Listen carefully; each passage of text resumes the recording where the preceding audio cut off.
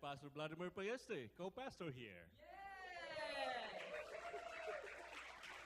We want to welcome you here to our MLK, the Reverend Dr. Martin Luther King Jr. celebration and commemoration of his life and legacy. It is so good to see your juicy faces. Here at Community Congregational Church, we have a saying that goes, no matter who you are or where you are on life's journey, you are welcome here, and you certainly are welcome here. Yes, I will say it again, no matter who you are or where you are in life's journey, you are welcome here, and we mean it. We mean it. We envision a just world for all. Definitely, we want that. We want peace and compassion to rule in our society for the sake of those who are vulnerable among us, not necessarily for us. We recognize that the work for justice and righteousness is never easy and cannot be done single-handedly. I think that's the very reason why we are here. We want to hold hands in partnership with one another, right? And so welcome. Welcome, partners. Welcome.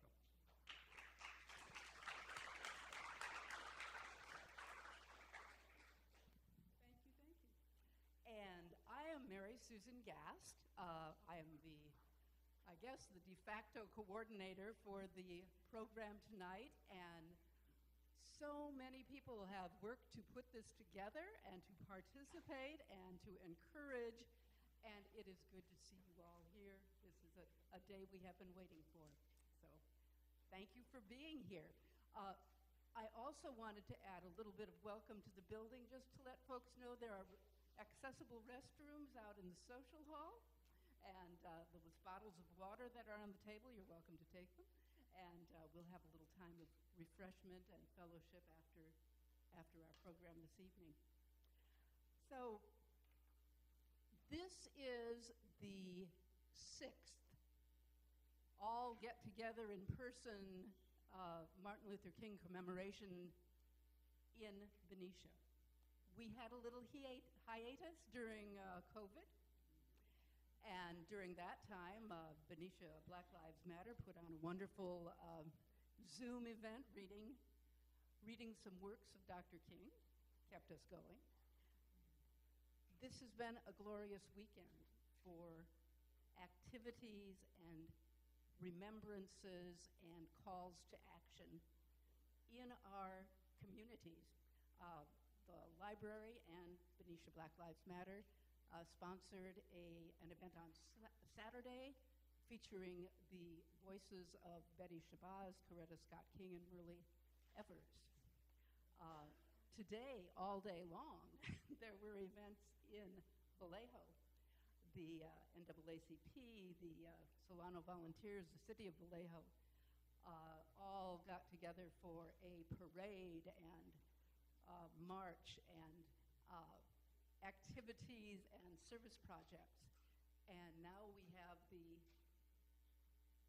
ending of the day here in Benicia, and I think it is a very good thing. I want to welcome you all. I want to give a special shout-out welcome to some of the elected people who represent us in various capacities, who I believe are here. Just give a wave, if you would. Monica Brown, Terry Birdseye from the City Council. There she is in the back. Lionel Lagaspada from the City Council. Okay, hi, good to see you, Lionel. Terry Scott from the City Council. And I want to acknowledge Elizabeth Patterson, our former mayor. Okay. Gethsemane Moss, who is here as representative for State Senator Christopher Cabaldon. And Wendy Fabian, I didn't see you come in. Are you here? Representing State Assemblywoman Lori Wilson. Okay, we're just so pleased that you're here and are thankful for the work that you do on our behalf. There are other elected folk who are among us, but they're going to be talking later, and we'll introduce them then. Okay, so as we gathered together, and we're thinking of why we're here, what number of things came to mind, and we have poets who were eager to contribute their verses and their thoughts. So we are opening this program tonight with what we're calling a poetry collage. I have lifted lines from the poems of various poets, and they're going to be presented as a single poem with many voices. So I'm going to call the poets' names, and come on up and line up. Suzanne Bruce, D.L. Lang, Lorraine Grant, Kathleen Herman, Ilian Baltodano, Beth Grimm, Nafia Oler, whose poem is being read by Susan Nuss, and Jacqueline Yvonne.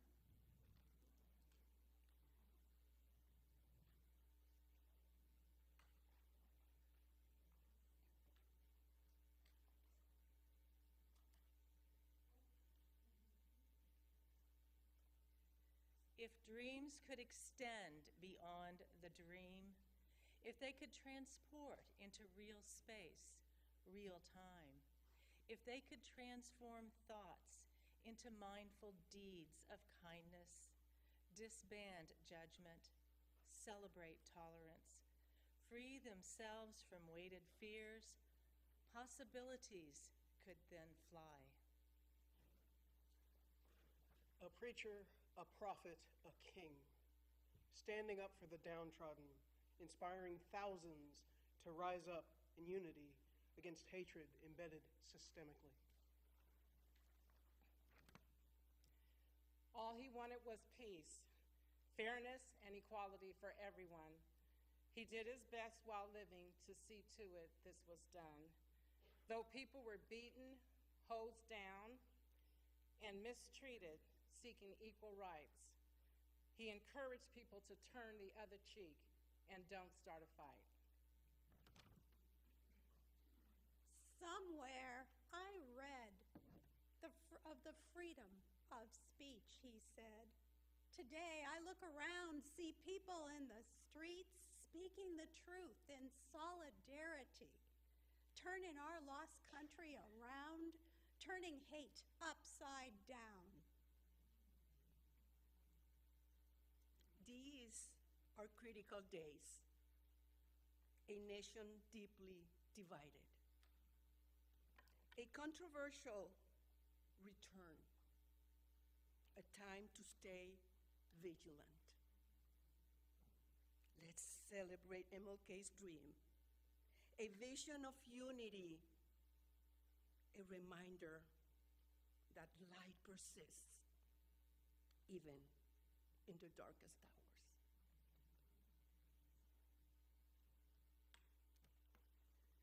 What would Martin Luther King say? Dreams do not die, that our hope multiplies. When we walk side by side together, when we elevate one another, we are transformed together.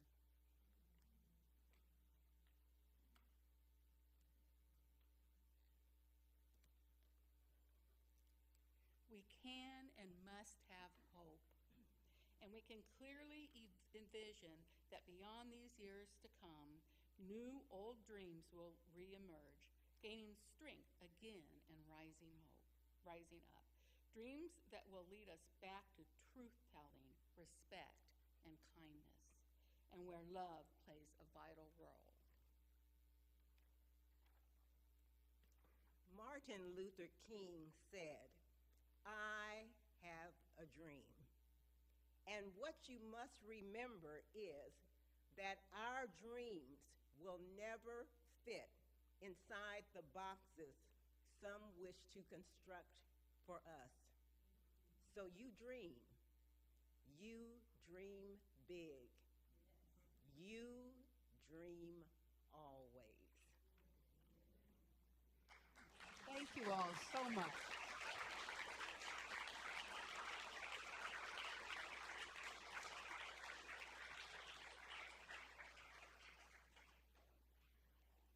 And just as those diverse thoughts came together into one poem, I'd like us to take a minute and if you just think for a minute, just a phrase or a thought about what brings you here tonight. And if you turn to someone sitting near you, sitting next to you, doesn't matter if you know them or not, and just exchange those thoughts, just for a few minutes. Go ahead.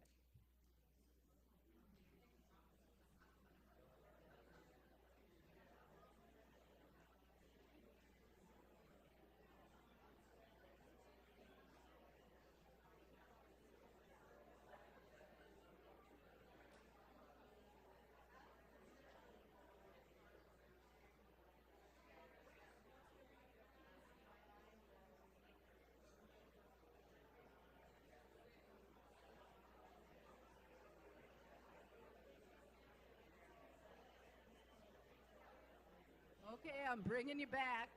Bringing you back.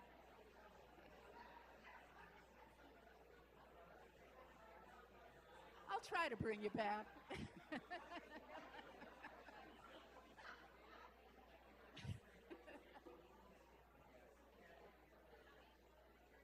Let it be said that we are all part of this big statement, this big poem, this big movement that keeps going from the past, through the present, into the future. And I know that all of us who have been active, those of us who are just becoming active, those of us who will become more active, when you are slogging along as part of a movement, when you're not at the finish line looking back, when you don't know how this is going to turn out, you need leaders whose focus is keen. You need a vision and a hope. You need comrades and allies. And you often need reminding that you carry an essential, irreplaceable bit of light. So in that spirit, you did such a good job earlier. We're actually going to put up words that you can sing together. And we're going to sing. Yes, just as Mary Susan said, you did such a wonderful job last time. Come on, let's do it again. You ready? Oh! Whoa, this little light of mine, I'm gonna let it shine. This little light of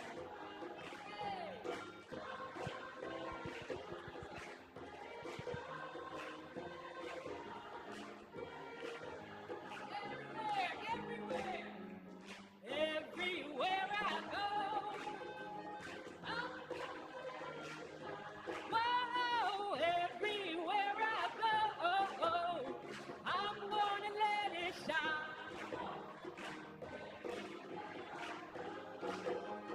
I'm gonna let it shine. Let it, hey, all around the world. All around the world, oh, I'm gonna, yeah, all around the world, I'm gonna let it shine, oh, all around the world, let it, and let it,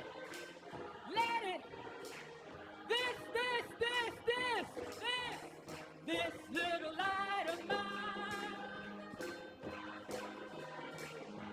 Whoa, this little light of mine.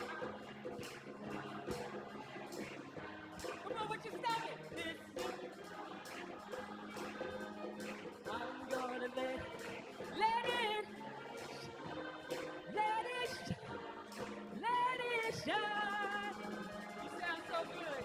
You sound so good. You sound so good. You sound so good. That was inspiring. Thank you. Good to be part of that. Okay, we are going to hear a light. I guess you can't hear a light. See a light that shines particularly through Linda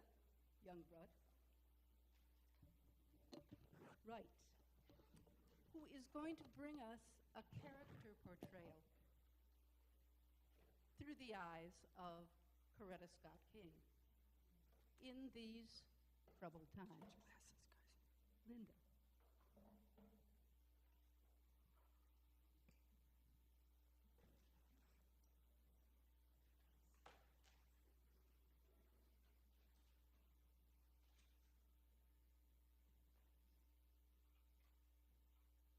Coretta Scott King, thank you.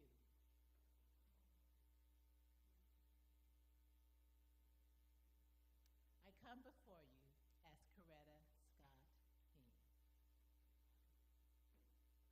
And I want to thank all of you for coming here on Martin Luther King Day to celebrate with me at this fine church. And we thank the ministers here and all of you for coming and spending this time.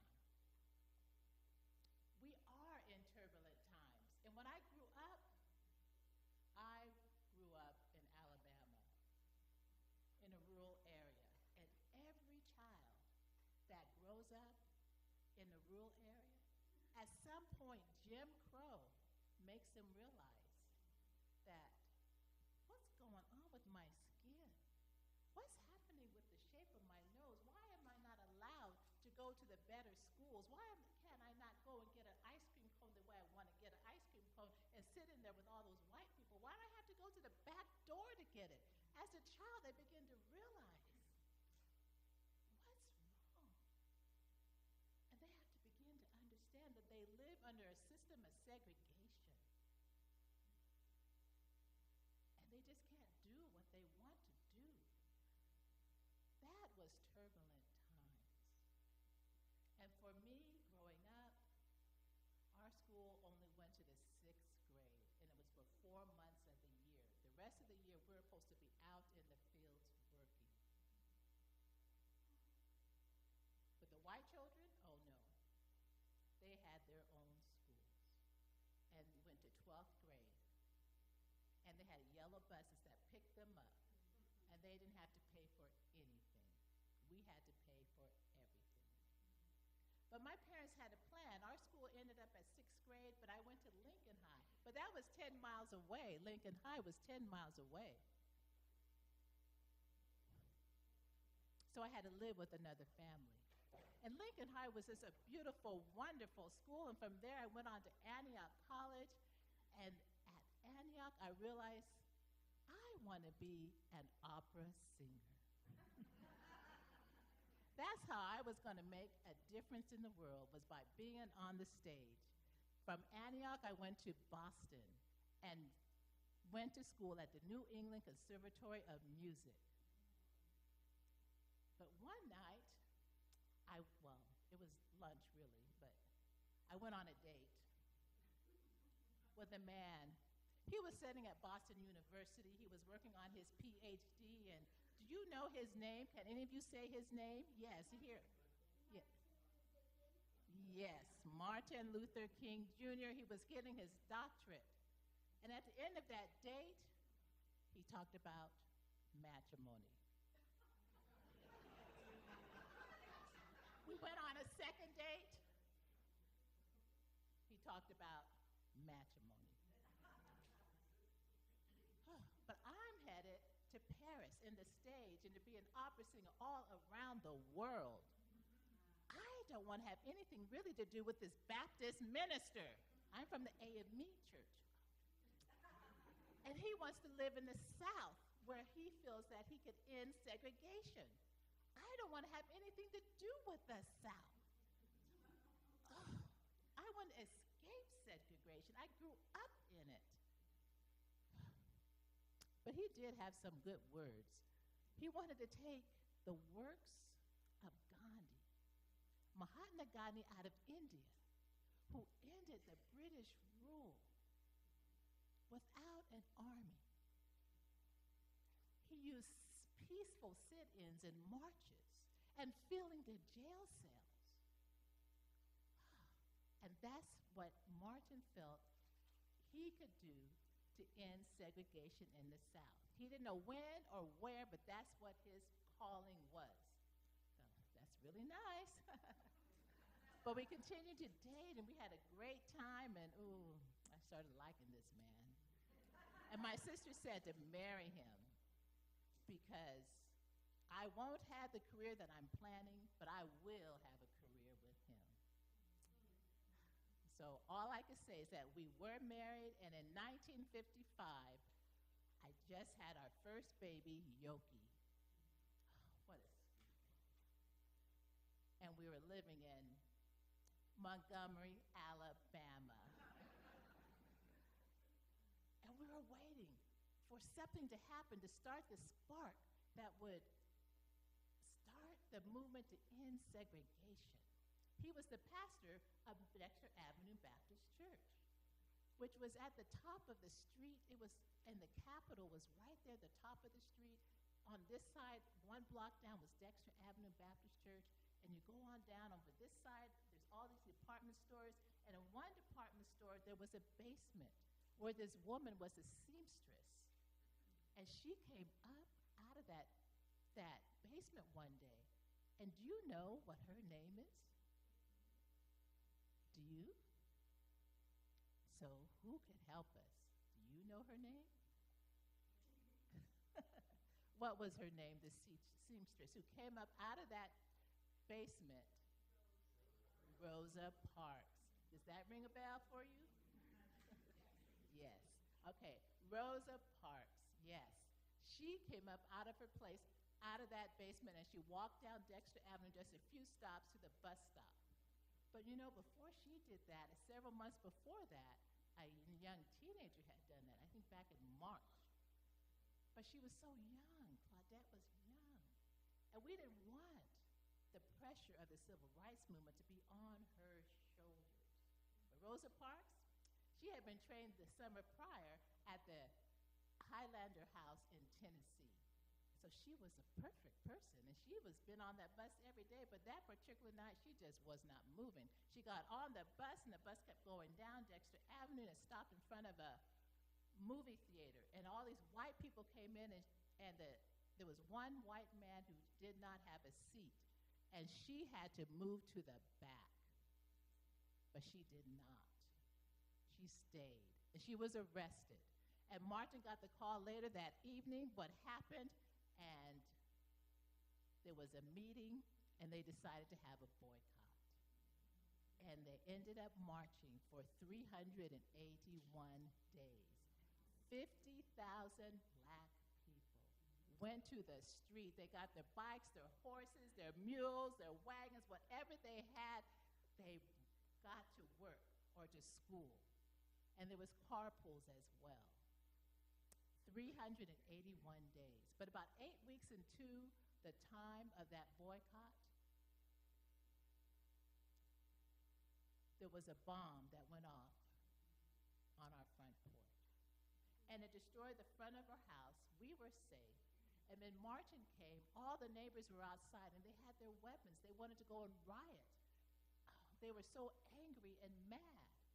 But Martin told them, go home. Put your weapons down. Because we must love the white brothers who have done this to us. And the people went home.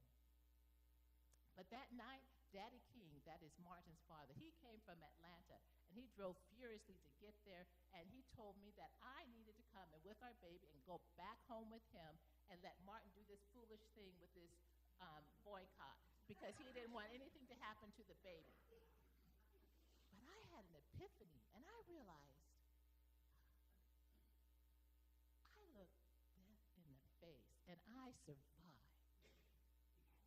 I realized for the first time, I didn't want to escape segregation. I wanted to help end it, that there was a calling on my life, just as it was on Martin's, to end segregation. And I realized I was married to the civil rights movement, and I was glad to be where I was. So I told Daddy King no, and he is not a person you tell no to. And he left, and I stayed. So it was an amazing year of being unified and dignified. And we were working together to make something happen. And that 381 days, at the end of that, the Supreme Court voted in our favor. The buses had to be desegregated.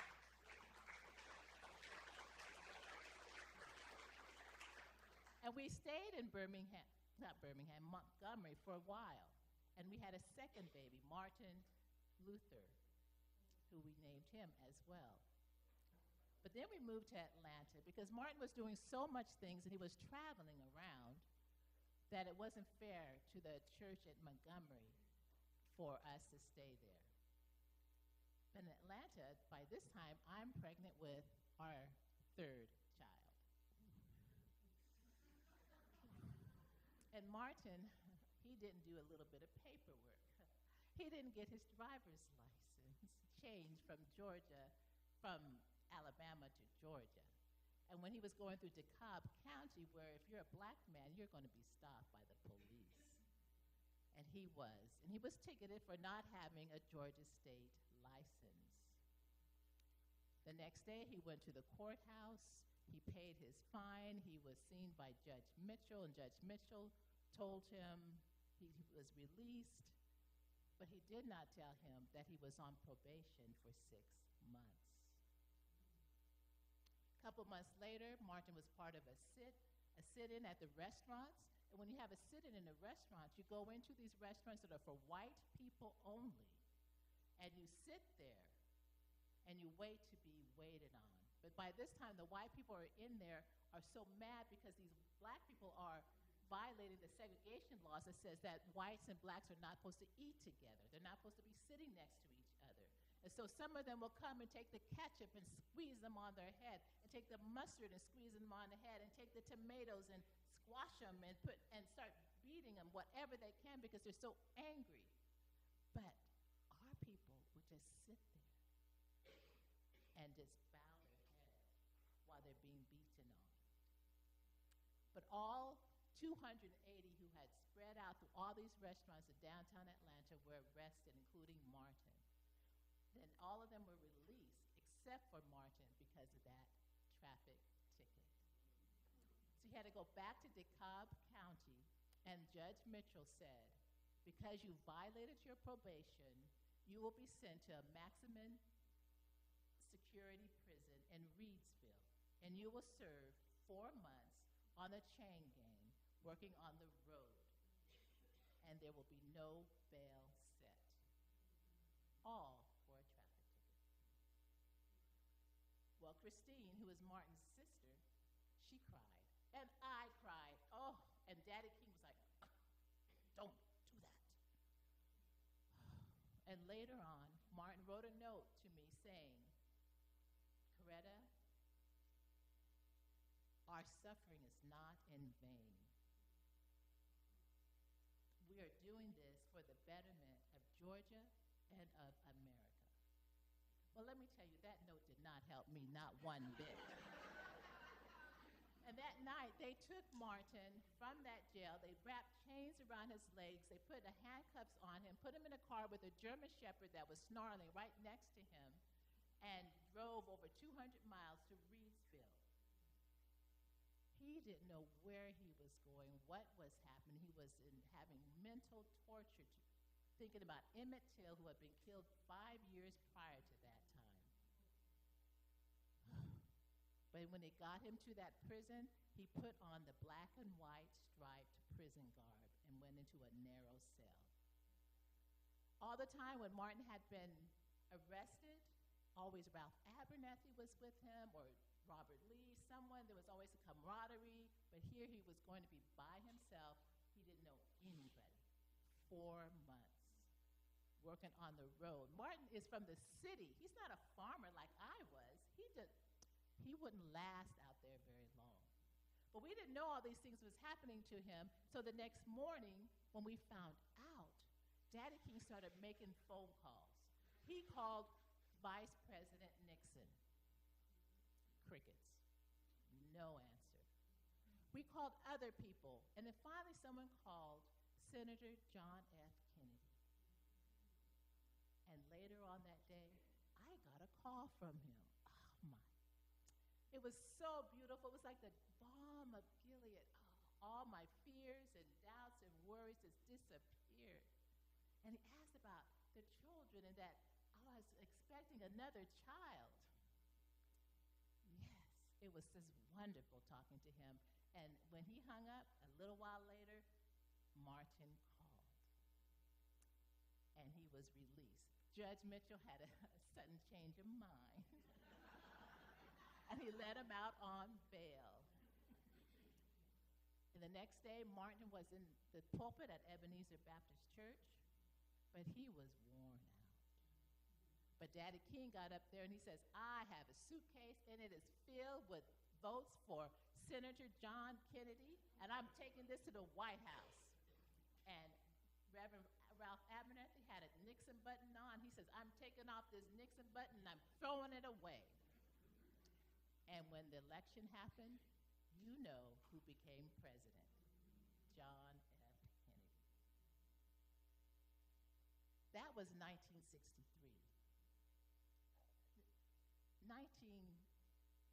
That was 1960 when that happened in Georgia. 1963, Martin had the Birmingham campaign, and he needed to be there on Good Friday, because that's very symbolic. Jesus of Nazareth was on trial 2,000 years ago, and then he was crucified that day. And so Martin wanted to be in jail on that same celebration of what happened 2,000 years ago. Very symbolic. But I, again, am pregnant with our fourth child. And Martin really wants to be there for every time I give birth.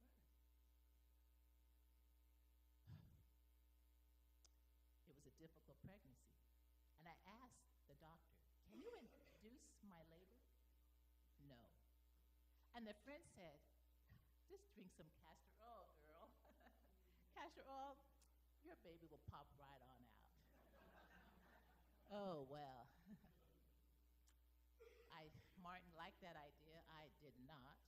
And he went to the druggist and got it, and he poured it into a cup on my bedside, because I was on bed rest. And I picked it up,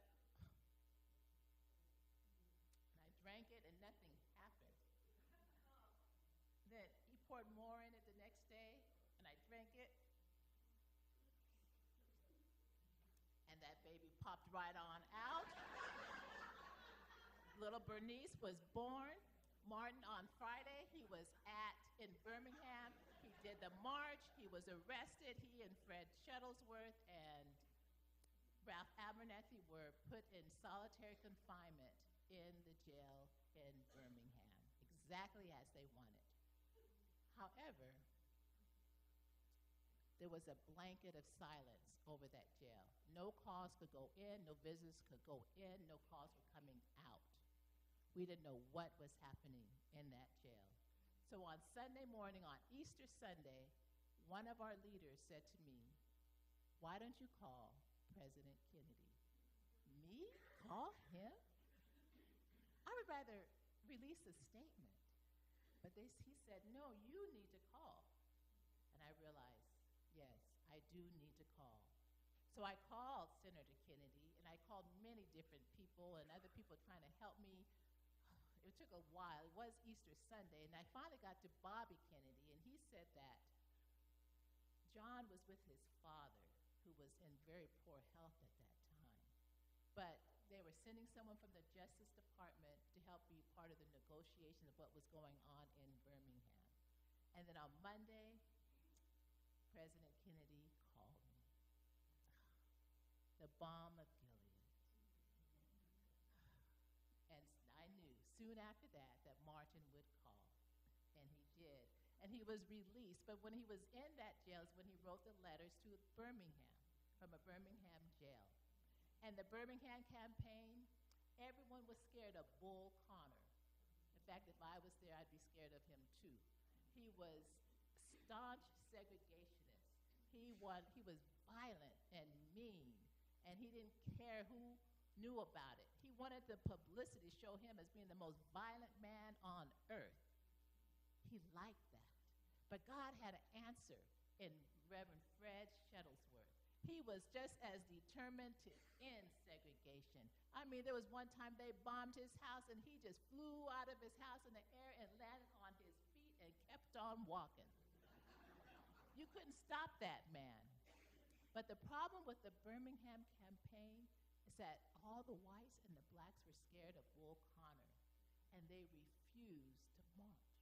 You cannot fill the jail cells if you have 20 or 30 people. And then James Bevel, a minister, he said, let's get the children involved. Let's get the children, the people in the elementary schools, the junior highs, the high school. And that turned the whole campaign around. Thousands of them came, and they would meet at 16th Avenue Baptist Church and some of the other churches, and they would come out by 50s in different groups and go through Kelly Ingram Park, and they would be arrested. The jails, the juvenile hall, the fairgrounds, they were sending them to other cities to house these children who kept coming out, and Bull Connor didn't know what to do, and he got the hoses on them. He had his dogs on them. He was overwhelmed. He didn't know because there's nothing they could do to stop these children from leaving their schools and coming down. And the children were clapping their hands, and they were happy, and they were going, and they were singing songs. So finally, the Justice Department was able to work out a deal with all the businesses and the government, and segregation began to lose its grip on the downtown section of Birmingham. We had won again, but it took 7 weeks there. That ended. But in September, there were men who were part of the Ku Klux Klan. They were angry about what had happened and the fact that their schools might be integrated very soon. And they set off bombs at the 16th Avenue Baptist Church, and 4 children died, and 1 was hurt. And there were 2 boys in the city and outside the city who also were killed that same day. It was a terrible, terrible time. And then a few months later, John F. Kennedy himself, he fell by an assassin's bullet in Dallas, Texas. Oh, how we mourn those children and John F. Kennedy, our president.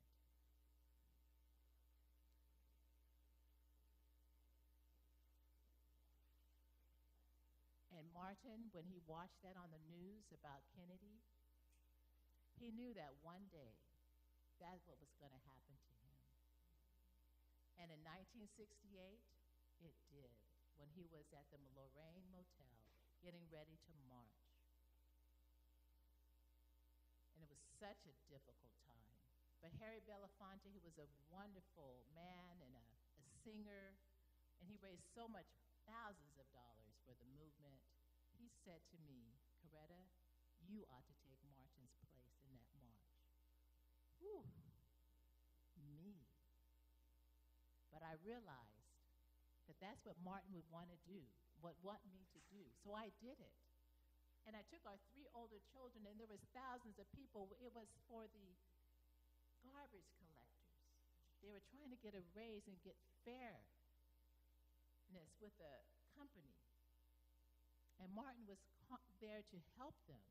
And so I took his place, and 3 of our children came, and there was thousands of people on the sidewalk, and there's thousands walking in the street. And we walked in silence because everyone was mourning the fact that Dr. King was gone. But I had 2 goals after that. And one goal was to make sure that we had a Martin Luther King Day celebration. And it took 15 years for me being in every single president's office, Democrat or Republican. Oh, those were turbulent days because I was campaigning for it. And many times it was blocked. But finally, Ronald Reagan, he signed it. Although he was opposed to it being a paid holiday, he really wanted to be on a Saturday or Sunday, an unpaid holiday. But no, we collected 6 million signatures petitioning through the work of Stevie Wonder and other people. 6 million signatures that says, we want this. And so Ronald Reagan signed it. And I also wanted a King Center. Oh, but on that, it took another 17 years to get all the states involved, and Arizona was the last one. But the NFL said, we will not have our Super Bowl in Arizona if you do not celebrate Martin Luther King Day. And they said, no, we're not going to celebrate it. So the Super Bowl was in Pasadena instead. And when Arizona realized that they had lost all that millions of dollars, they said, we'll celebrate it now. Yes. And then the King Center. I wanted the King Center to remember Martin. And if any of you have been there, raise your hand if you've been to the King Center in Atlanta. All right. Only less than half, for sure. And so I invite you to come to the King Center, and I also invite you to give a generous donation every year to the King Center to keep it going. And just remember, hatred will always lead to destruction and some kind of neurotic and terrible consequences. But love is the only thing that is redemptive, that could change a person. So refuse to hate. Don't let hatred inside of your heart. Make sure that you love people, you forgive people. And that's how you keep Martin's dream alive.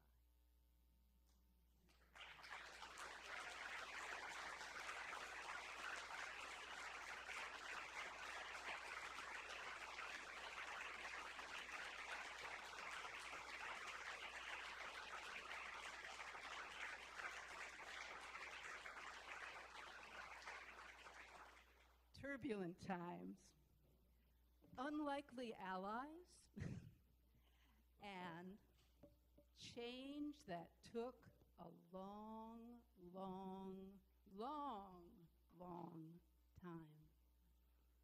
We can take inspiration from all of that. Thank you so much, Linda. These are turbulent days. And we're going to call on Brandon Green, who has composed a poem for this occasion and for these days. Many of you know Brandon in many different roles and faces.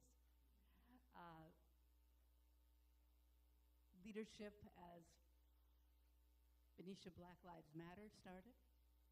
Work with the City Council here in Benicia, and a civil rights lawyer. And some of us know him also as a poet. So will you bring all yourselves up here, Brandon?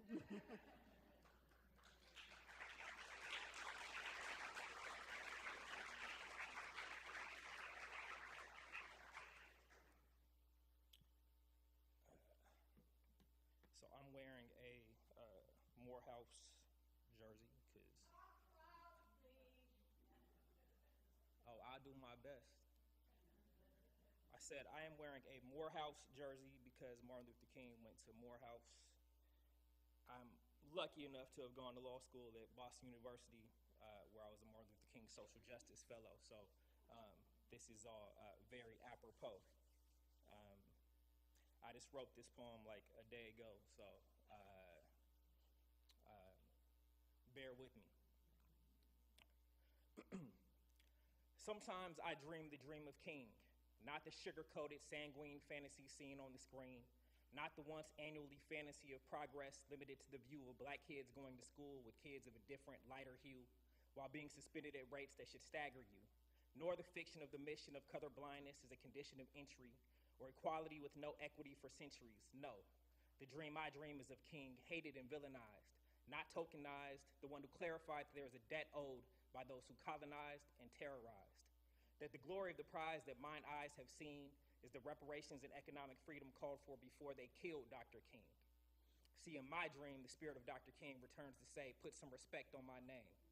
Stop using me and my legacy to boast of your claims. For the record, access without resources was not my goal. Extending the vote while diluting its value remains a tax at the polls. The same folks who claim to revere me would have proclaimed me to be part of the woke mob, evidenced by the election of a president who sees second-classness as a black job. Centralization of power, demonization of others, endless geopolitical posturing, limited autonomy for sisters, aunts, and mothers, piling around with billionaires, denying climate change, despair, moral disrepair. These are the things of nightmares, not dreams, not hope.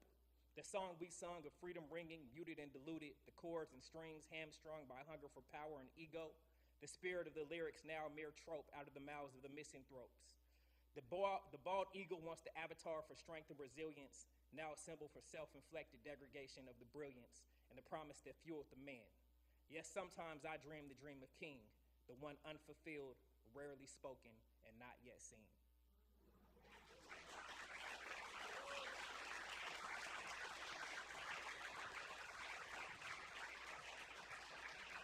Wow, wow, wow. Wow, wow, wow, wow, wow. Not one, but two powerful and spirit-filled inspirational messages. Can we please give them another round of applause? Amen. Thank you. Thank you. Thank you. Thank you. I think this reminds us of the song, Ain't Gonna Let Nobody Turn Us Around. And I guess this is acapella. Okay. Are you ready? All right. If you can give me a beat, can we do the 2 and 4? Ready?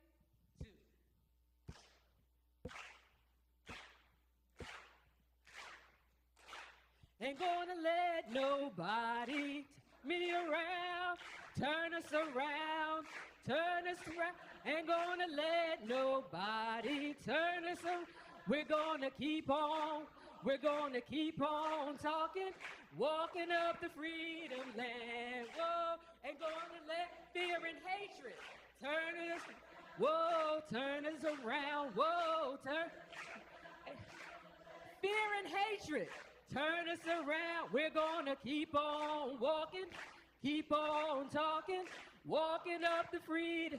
Divisive politics, and let divisive politics turn this. Whoa, turn us round, turn us around. Ain't gonna divisive politics, turn us around. We're gonna walking up the freedom land. Ain't gonna let nobody. Whoa, turn us around and turn us around. Ain't gonna let nobody turn us around. We're gonna and will and walking up the freedom land. Amen, amen.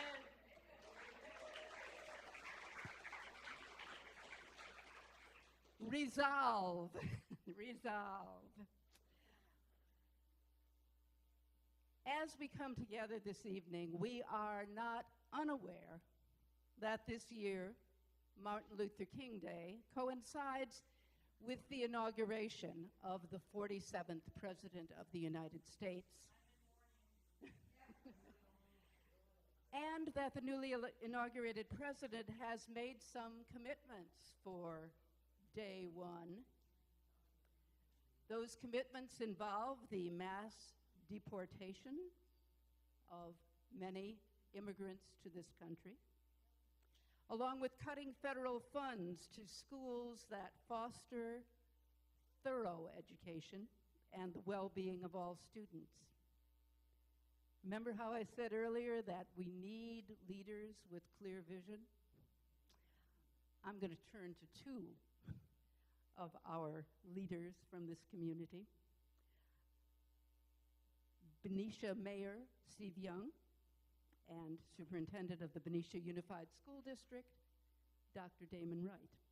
They will each be speaking to ways in which our community uplifts the values of Dr. King. And we'll have a reading from Dr. King, brief reading, preceding each of their presentations.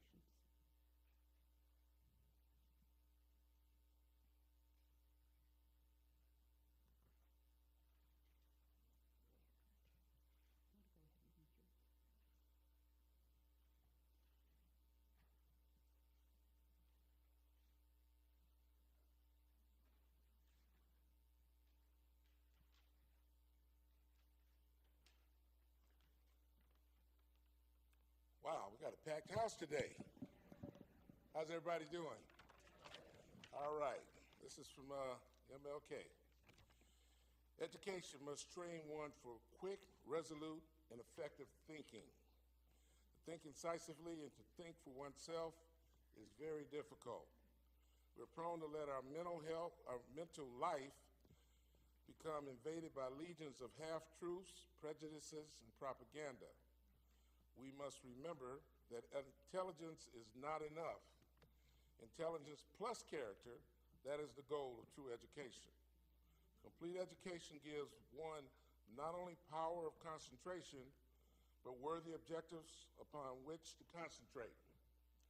The broad education will, therefore, transmit to one not only the accumulated knowledge of the race, but also the accumulated experiences of social living.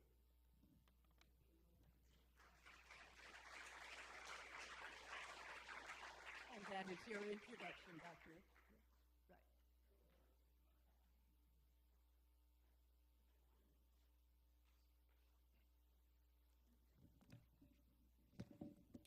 Good evening. Thank you for having me here today to celebrate Dr. King's holiday. My name is Damon Wright, and I'm honored to serve as Superintendent of Schools for the Benicia Unified School District. As I reflect on Dr. King's profound words in these turbulent days when fear and doubt are mounting high, give us broad visions, penetrating eyes, and power of endurance, I find myself both inspired and a bit unsettled. Inspired by the timeless truth of his message, but disheartened that these words still remain so deeply relevant in today's political climate. Recently, I participated in an exercise where the facilitator asked me to reflect and articulate my why. Why public education? And more specifically, why a superintendency? With so many career paths I could have chosen, my answer was and remains simple. Education is a great equalizer. For me, it's about building bridges, bridges that connect differences, close divides that are often foster unnecessary conflict in our society, divides that, whether intentionally or unintentionally, create barriers to access and limit opportunities for inclusion. Education, both formal and informal, holds the promise of perspective and wisdom to spark change, one epiphany at a time. Working in public education is both a privilege and a responsibility. It's a privilege because it fills my cup with optimism, hope, and joy. Every day, educators have the unique opportunity to nurture the growth of young leaders who will carry forward the legacy of greatness into the future. It's also a profound responsibility, a responsibility to tackle the complex challenges that impede academic, social-emotional, and personal development. As educators, we're often called upon to dismantle the barriers that hinder progress, and too often, the very differences that enrich our communities, our politics, faith, or personal beliefs become the systemic barriers that limit opportunity. Despite these differences, I believe education can unite us. It brings people together around a shared commitment to empower others to view the world through a lens of tolerance, decency, and acceptance. What happens on a national stage typically finds its way to the doorsteps of our schools. That's expected. And when challenges arise, it's an opportunity to channel the wisdom of great leaders who came before us. Leaders like Dr. King. He reminded us that education isn't just about academics. It's about fostering critical thinking, moral character, and a better future. Horace Mann called education the great equalizer, the most powerful tool to level the playing field. So when these different ideologies clash, and we all know they will, I believe it's essential for individuals and organizations to revisit their vision and reflect on their mission and focus on what's right for children. In the Benicia Unified School District, that means educating the whole child, teaching beyond core academics. We are committed to addressing social-emotional needs and ensuring equity and inclusion so that everyone who walks through our doors feel they belong, because everyone in the Benicia Unified School District belongs. Our students come with us with diverse needs, and we know their emotional well-being is fundamental. Even something as simple as building a genuine relationship can make all the difference in the world. Without that foundation, meaningful learning cannot take place. That is why we remain true to our core values of supporting social-emotional well-being, ensuring equity and access, and fostering academic achievement. Recently, I've been asking myself a pressing question. How will changes in leadership at the national level impact public education here in California? And the truth is, I'm not sure. There's speculation about the future of the Department of Education, implications for diversity, equity, and inclusion initiatives, discussions on federal funding, book bans, sexual health curriculum, and even immigration reform. These are real concerns, and I vividly remember the social discord from the past and its profound impact on our communities and our schools, and hope that energy does not resurface. Should it return, let's remember Rudyard Kipling's poem, If. If you can keep your head when all about you is losing theirs and blaming it on you. No matter who American citizens voted for, or what end of the spectrum our neighbors stand politically, it remains clear. We must resist distractions, focus on addressing root causes, and stay resilient in the face of challenges. I heard it said that hope is not a strategy, but I rather hope than feel hopeless. Regardless of our beliefs, I hope we can unite around Dr. King's vision to think beyond immediate concerns, embrace broader perspectives, and seek lasting solutions. The Benicia Unified School District remains committed to serving students and the community through our vision and mission. And as I look to the road ahead, I draw strength from William Ernest Henley's words in Invictus. I am the master of my fate. I am the captain of my soul. These words remind us that even in uncertain times, we can move forward with hope, wisdom, and determination. Together, we can face these challenges with purpose and grace. Thank you.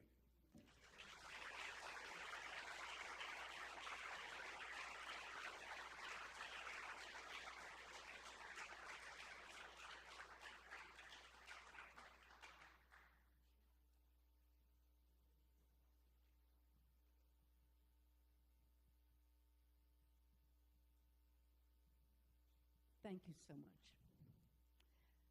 Now we'll hear some words from our mayor, Steve Young.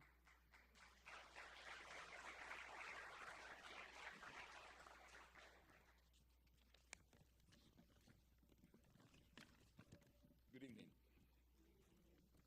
So when Mary Susan asked me to come and speak tonight, she said that one of the things she would like to have me read is the resolution of the City Council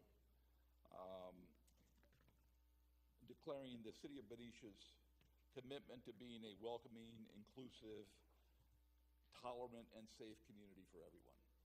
So I will read this, and then I want to have a few comments of my own. Whereas the Mayor and City Council of the City of Benicia are united in our commitment to serve the people that we represent. And whereas we feel strongly that all persons should support due process and adhere to the rule of law, And whereas in alignment with the City Council's goal of creating a safe and welcoming community that supports the protection of human rights, social justice, equality, public safety, and social well-being, and whereas the city has a long-standing history and commitment of celebrating diversity, and whereas fostering a relationship of trust, respect, and open communication between city officials and residents, as codified in our open government ordinance, is essential to the city's mission of delivering efficient public services in partnership with the community, which ensures public safety, a prosperous economic environment, opportunities for our youth, and a high quality of life for residents. And whereas the City of Benicia seeks to continue to foster trust between city officials and residents to protect limited local resources, to encourage cooperation between residents and city officials, including law enforcement officers and employees, and to ensure public safety and due process for all. And whereas through the city's commitment to social justice and inclusion, one of the city's most important objectives is to enhance its relationship with all its residents, including immigrants. Now therefore be it resolved that the City Council of the City of Benicia does hereby resolve that we are firm in our commitment to ensure that all people residing in, working, visiting, and passing through the City of Benicia be safe. Be it further resolved that due to the city's limited resources, the complexity of civil immigration laws, the laws of the state of California, the need to promote trust and cooperation from the public, including immigrants, and to attain the city's objectives, the City Council seeks to clarify through this resolution the alignment with state law, including, but not only, the Trust Act, communications and enforcement relationships between the city and the federal government with the following. A, the city shall not request or maintain information of the citizenship or immigration status of any person unless such inquiry is required by state or federal law or judicial decision. The city shall not disclose information stemming from cases involving victims of domestic abuse or sexual assault unless in alignment with above Section A. And the city shall not use city resources for federal immigration activities unless for those purposes in alignment with the above Section A. Be it further resolved that nothing in this resolution shall be construed or implemented to conflict with any valid and enforceable duty and obligation imposed by a court order or any federal or applicable law. Be it further resolved that we choose to be a leader in promoting human rights, social justice, equality, public safety, and social well-being. Be it further resolved that we believe in and are committed to continue our work to build a community that is welcoming, inclusive, just, law-abiding, and safe for all individuals, regardless of their race, religion, class, identification, ethnicity, sexual orientation, disability status, gender, or country of origin.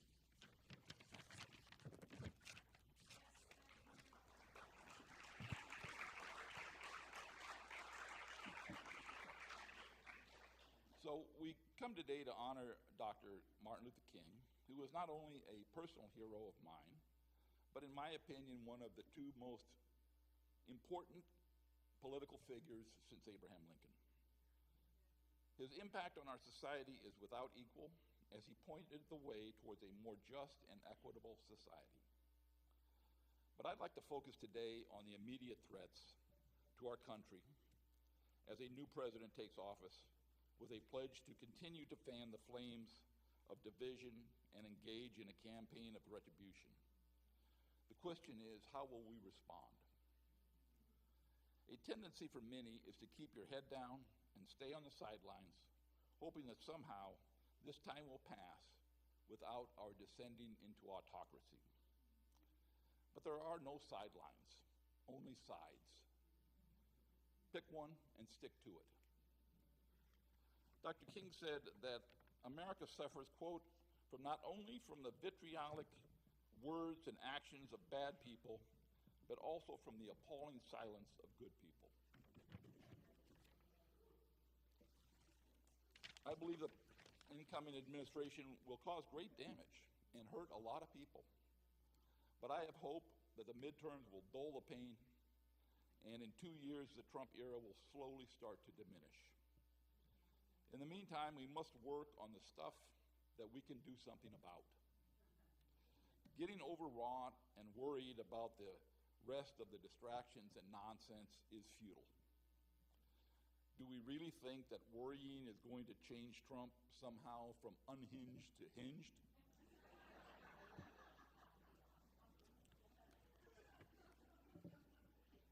Remember, there are only two things that really matter.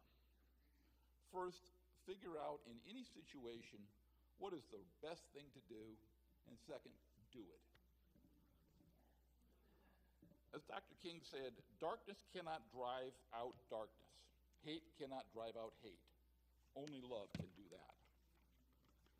There have been letters sent by Trump's staff, Stephen Miller in particular, to mayors in California, threatening that we will be held criminally responsible for failing to help round up undocumented immigrants.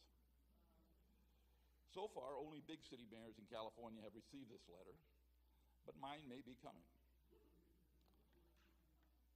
While Benicia is technically not a sanctuary city, the council has given direction that the police department will not cooperate with any immigration enforcement activities and will not hand over incarcerated non-criminal inmates short of a court order. Further, state law prohibits local law enforcement from such cooperation. There's always a chance of risk when you stand up, but there's a greater risk to your children and grandchildren when you don't. As Dr. King said, our lives begin to end the day we begin to be silent over things that matter. One of my favorite writers on political philosophy is Noam Chomsky. And these are two quotes that I found timely. As long as the general population is passive and apathetic and diverted to consumerism or hatred of the vulnerable, then the powerful can do as they please. And those who survive will be left to contemplate the outcome. And the other one is, if you assume that there is no hope, you guarantee that there will be no hope. But if you assume that there's an instinct for freedom, then there are ways to change things. Then there's a possibility that we can contribute to making a better world. And since I mentioned Lincoln at the beginning of my remarks, let me quote one of his statements that I found relevant today. He said, "The dogmas of the quiet past are inadequate to the stormy present. The occasion is piled high with difficulty, and we must rise with the occasion. As our case is new, so we must think anew and act anew. We must disenthrall ourselves, and then we shall save our country." And the last quote I want to focus on is from a song, "We Shall Be Free," from an unusual source, country singer Garth Brooks, who was obviously influenced by Dr. King as well. And among the lyrics in this song is, "When the last child cries for a crust of bread, when the last man dies for words that he said, when there's shelter over the poorest head, we shall be free. When the last thing we notice is the color of the skin, and the first thing we look for is the beauty within, when the skies and the oceans are clean again, then we shall be free. Stand straight, walk proud, because we shall be free.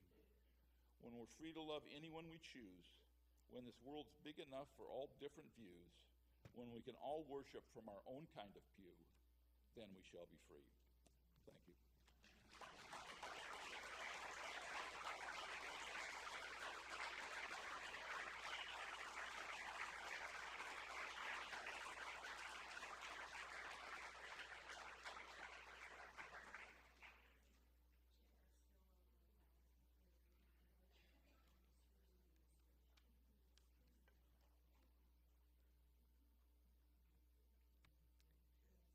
Let Let us read together these words from Dr. King that are on the screen.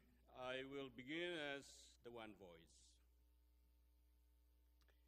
We are now faced with the fact that tomorrow is today.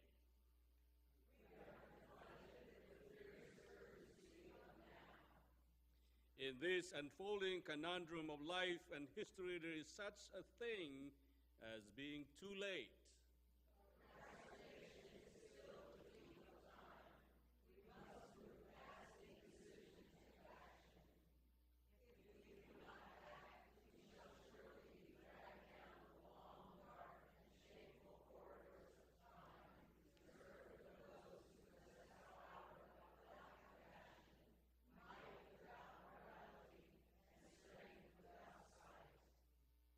Now let us begin. Now let us rededicate ourselves to the long and bitter but beautiful struggle for a new world.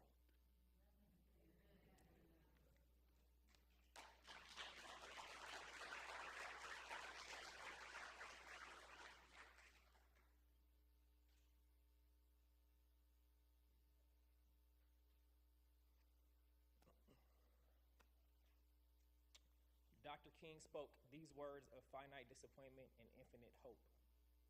I believe that even amid today's mortar bursts and whining bullets, there is still hope for a brighter tomorrow. I have the audacity to believe that people everywhere can have 3 meals a day for their bodies, education and culture for their minds, and dignity, equality, and freedom for their spirits. I believe that what self-centered people have torn down, people other-centered can build up. When our days become dreary with low hovering clouds, and our nights become darker than 1,000 midnights, we will know that we are living in a creative turmoil of a genuine civilization struggling to be born.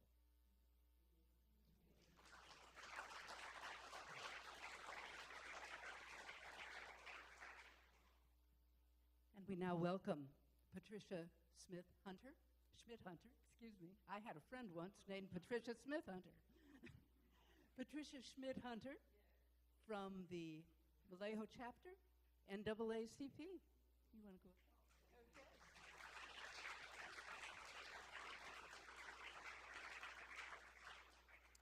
Good evening, everyone.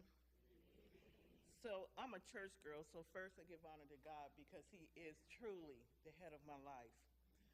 It's been a long day, a long weekend for the NAACP Vallejo Branch 1081. Wonderful, but we're here. We started on yesterday, and my county supervisor that I see, she wasn't here when you all raised your hand, but she's sitting right there. I know, I did that last time. I know it, I did that last time. So I won't be before you long, but she took the time out, didn't count it robbery, to be with us on last night for our installation. Not just the installation of the adults, but the installation of our youth as well.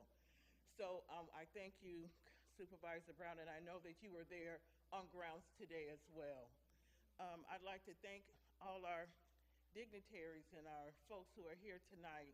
And I have a special friend. Stand up, Miss Moss. I call her Simi. I've known her since forever.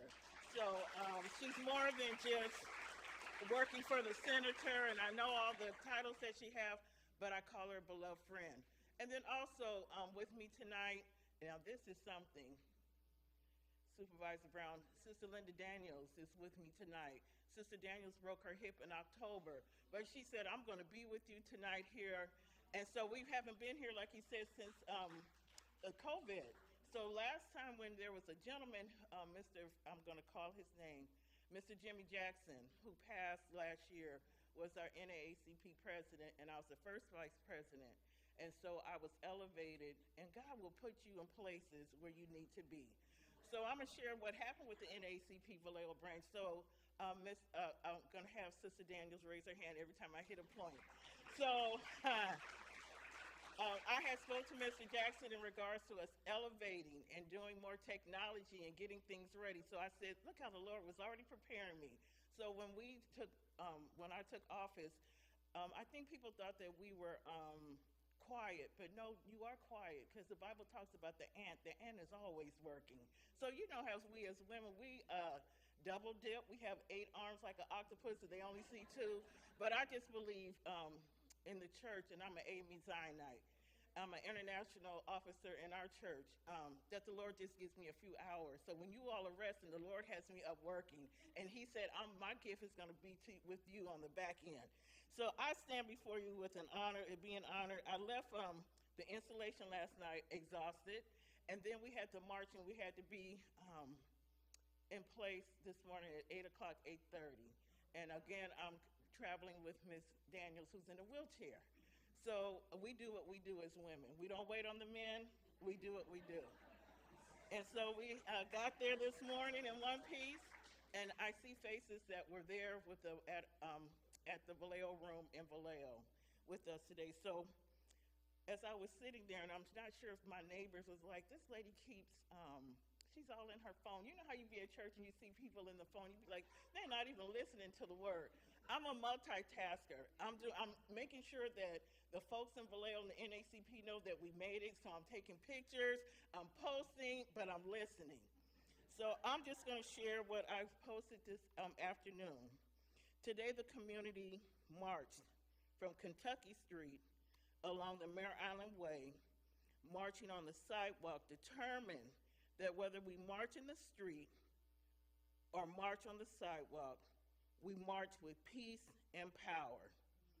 As the marchers arrived to the Vallejo MLK Park, which is a new park in the city of Vallejo, where we actually planted trees, the group flanked out. Now, I'm a military brat, so, left, right, flank. Okay, so we flanked out. And I want you to know we have a new team with the NAACP. We call them SITE. They're the safety SITE team. They had on those vests, and we got them bull horns, and we got on them big orange flags, and I mean, they was working it. They was doing it. So they got a shiny new toy this year. And then, so what we saw was that intergenerational, all ages, as they flanked out and marched in unison to the Vallejo room. So my comment on Facebook also was, we cannot walk alone. And we walk, as we walk, we must make the pledge that we shall always march ahead. We cannot turn back. And that is a quote from Reverend Dr. Martin Luther King, Jr. So as I stand before you today, the vision, as we say, for the NAACP Vallejo, we started working. We installed, I think it was like 20 people on last night. So we have a flank. And so I always said in my church, the Lord doesn't send members until the church is ready. Right, Pastor? If you're not ready, you're not going to have people that will be lost. So now we are ready. We've been ready. So as I told him today, if you're thinking about crawling and walking, you might think twice. I don't even want you skipping. It's time to run. We have work to do. And we've also made a pledge, and Ms. Jacqueline was with us today. The pledge was we will support our city council. We will support our county supervisor, because it takes us all together to do this thing, this change that we talk about. In order to have change, we must all be working together. So I stand before you not only as the NAACP president, but first I'm Zionite, I'm a church girl, but not only as the NAACP president, but I serve on the board for BWAPA, which is the Black Women Organized for Political Action in the city of Vallejo. So I don't take a lot of time, and just like in the church, it don't take all day to get the message across. So me and Ms. Daniels will be sitting right behind Simi. You'll see Ms. Daniels, she has a red hat on. If you all have any questions in regards to the NAACP Vallejo, we have our youth were installed last night, so we have a very strong youth unit. And then we have a young adult unit that is rising up, that is serving. The first VP, he is a young adult, and he serves with Cassandra James. So we are excited and elated. In Benicia, I call the high school when we have scholarships, I call to make sure that you're included. So we're inclusive. It's not about the color of the skin. It's about your heart and what you want to do for your community. So with that, I'll take my seat, and I look forward to seeing you all. We meet on Thursday, the 4th Thursday of each month in Vallejo. We've been meeting at the Naval Museum, and they said a little bit of history last night that See, I don't know this to be. I was a military brat, born in Vallejo, but we moved, Air Force, that the Naval Museum didn't let people of color in at one time. Well, right, City Hall. So I want you all to know, times have changed. Trevor at the Naval Museum, he welcomes us with open arms. We are family there. And I am so glad. In Benicia, I went to Hogan High School. I still rep that blue and white. I had many a softball game here in this city.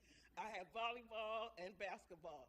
So I love the city of Benicia. It's just the city over to the left. And then American Canyon was with us today. So we ask you to join us, Mayor Young. And I know your face very well. We spoke at Pastor Harris, Bishop Harris Church. But please, please, please, don't be afraid to come over and see your kinfolk that are in the city of Vallejo. Thank you.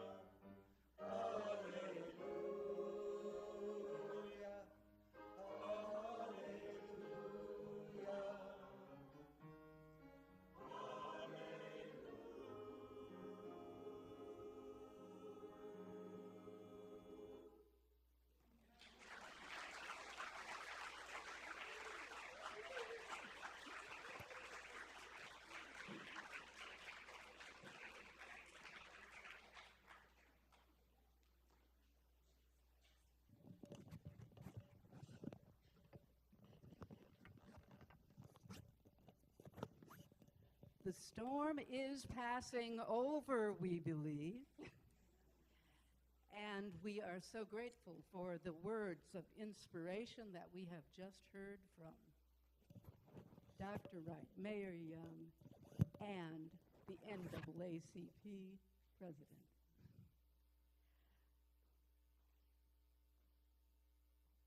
We are now going to hear from two high school seniors, Jaden Blaisdell and Vaughn McDevitt, who will bring us some words of challenge.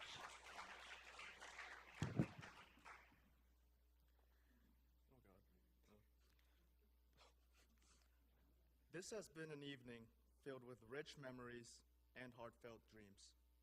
We ask that you, who are elder leaders, lead us beyond our dreams and memories. We ask that you get those memories to rush in from the past and influence the present. We ask that you make the dreams of justice, equality, peace, and goodwill take shape now in actions that will form the future. Our future, the future of the planet and of generations to come. Dr. King taught us that injustice anywhere is a threat to justice everywhere. Dr. King wrote, "We are tied in a single net of destiny. Whatever affects one directly affects us all indirectly." Dr. King warned us, we must not become a nation that possesses power without compassion, or might without morality, or strength without sight.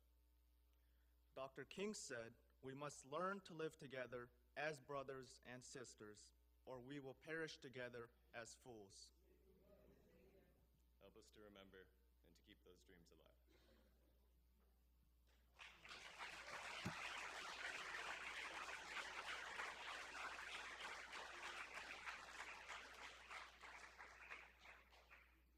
Okay, we are about to wrap up this program this evening where we have found one another on this journey, where we have challenged one another, where we have been inspired by one another.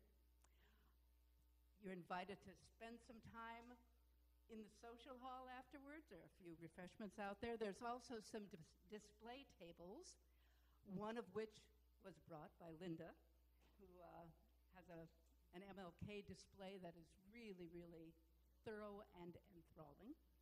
And then we also have displays on a display on immigrant rights, some program materials for you to use or to give to people you know who might be threatened by the promised deportations. So those are out there. There's also a brochure, reminder of a program that's coming up on February 5th at the Benicia Public Library, a program on the Lynching Museum. So you get all of those words. So I am reminded, as we conclude this evening with all of the thoughts and the words that we've heard and shared, listened to and spoken, that there's a very simple phrase that came into use in the last few years in Brazil, used by those acting for the social good and opposing the Bolsonaro regime. In Portuguese, ninguém sola a mão de ninguém. No one let go of anyone else's hand. No one let go of anyone's hand. It's an idea of solidarity that we are committed to stick together, and that together we shall overcome. So now I invite you, as we sing, to make whatever physical contact you are suited, that seems suitable to you. Hold hands. Well, I mean, you can do anything, but here are some suggestions. Hold hands, link arms, touch elbows, exchange glances with people near you as we sing.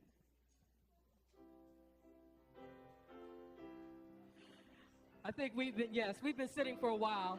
If you go ahead and link your arms, touch your elbows, hold hands as you like, as we sing this powerful song. We shall overcome. We shall overcome. We shall overcome someday. Oh, deep in my heart, I do believe we shall overcome someday. We shall walk hand in hand. Walk hand in hand. We'll walk hand in hand. We'll walk hand in hand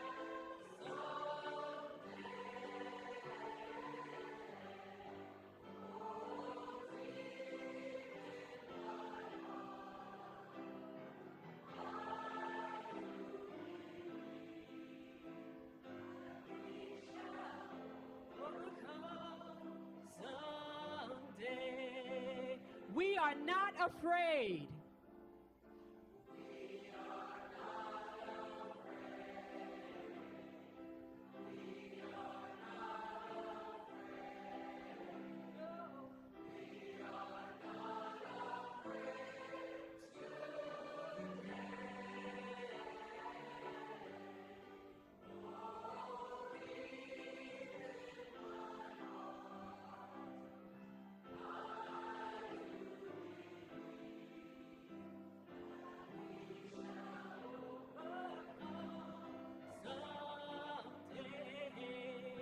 We shall overcome, everyone. We shall overcome. We shall overcome. We shall overcome someday. Oh, deep in my